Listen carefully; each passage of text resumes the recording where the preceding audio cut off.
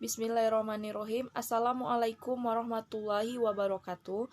Perkenalkan, nama saya Jemi Sutiani, mahasiswi UIN Rade Intan Lampung, semester 3 dengan NPM 1911100321, kelas G, Prodi Pendidikan Guru Madrasah Ibtidaiyah, Fakultas Tarbiyah.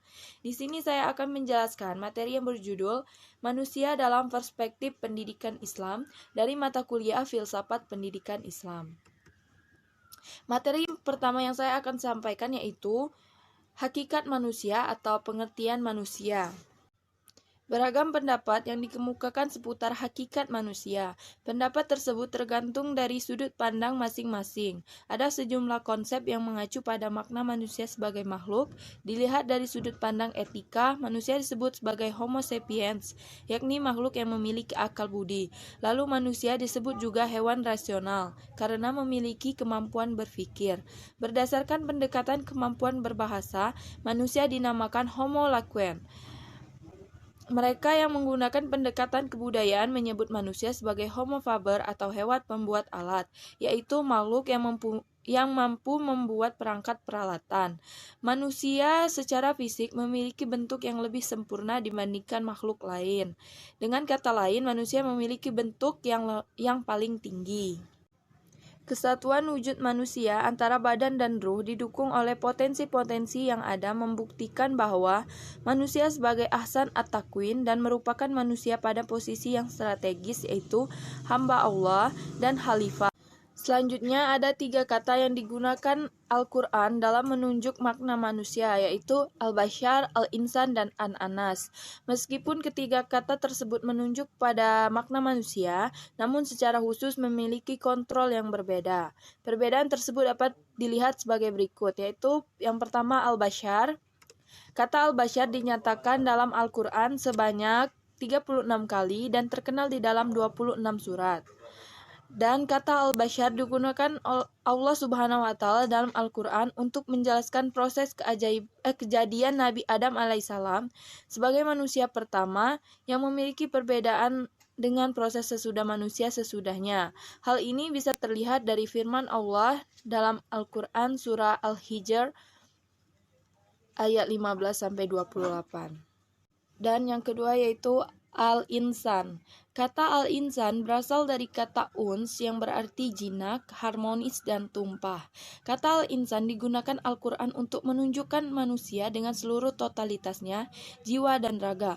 Manusia yang berbeda antara seseorang yang lain, kesalahan fisik, mental, dan kecerdasan.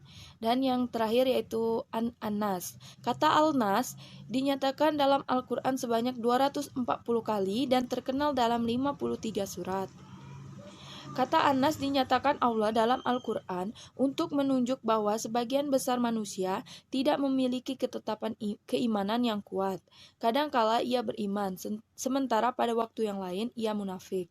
Adapun secara umum, penggunaan kata An-Nas memiliki arti peringatan Allah kepada manusia akan semua tindakannya, seperti jangan bersifat kikir dan ingkar nikmat. Materi yang kedua yaitu pandangan filsafat pendidikan Islam terhadap manusia.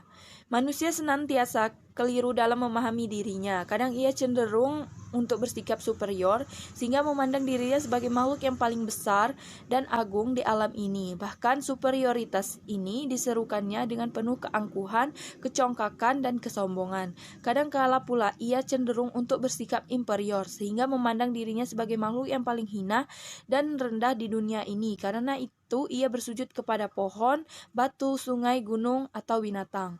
Menurut keyakinannya, keselamatan hanya akan diperoleh jika dia bersujud kepada matahari, bulan, bintang, api, dan makhluk-makhluk lainnya yang dipandang memiliki kekuatan dan kekuasaan untuk memberikannya bahaya ataupun manfaat kepadanya. Hakikat dan asal diri manusia berpangkal pada 2 asal, yaitu yang pertama asal yang jauh, yaitu kejadian pertama dari tanah ketika Allah menyempurnakan kejadiannya dan meniupkan ruh ciptaannya kepadanya. Yang kedua asal yang dekat, yaitu kedua dari nutfah. Di antara hal yang memuliakan dan melebihkan manusia adalah bahwa Allah telah memberikan kepadanya kemampuan untuk belajar dan berpengetahuan, serta membekalinya dengan segala peralatan kemampuan ini. Tugas paling luhur manusia ialah beribadah kepada Allah.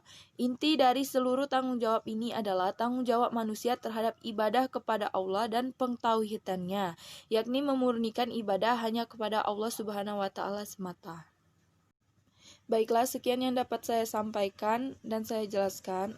Dan apabila terdapat kesalahan bahkan kekeliruan dalam penyampaian saya mohon maaf, dan kepada Allah Subhanahu wa taala saya mohon ampun. Saya akhiri, wabillahi taufik wal hidayah. Wassalamualaikum warahmatullahi wabarakatuh.